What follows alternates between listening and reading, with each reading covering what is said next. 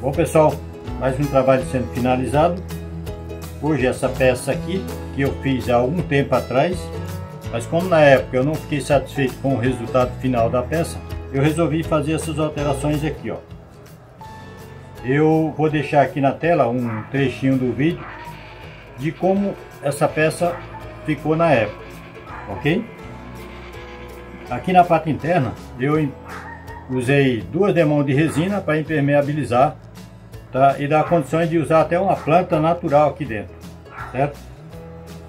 As medidas ficaram as seguintes, ó: 18 cm e meio de diâmetro da boca, aqui ficou com 20 cm a altura e aqui na parte de baixo ficou com 12 cm.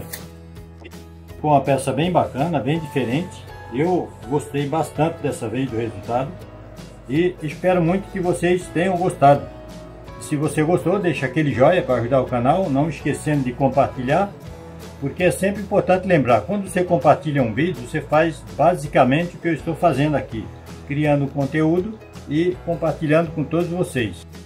Muito obrigado a todos, um grande abraço e até o próximo vídeo.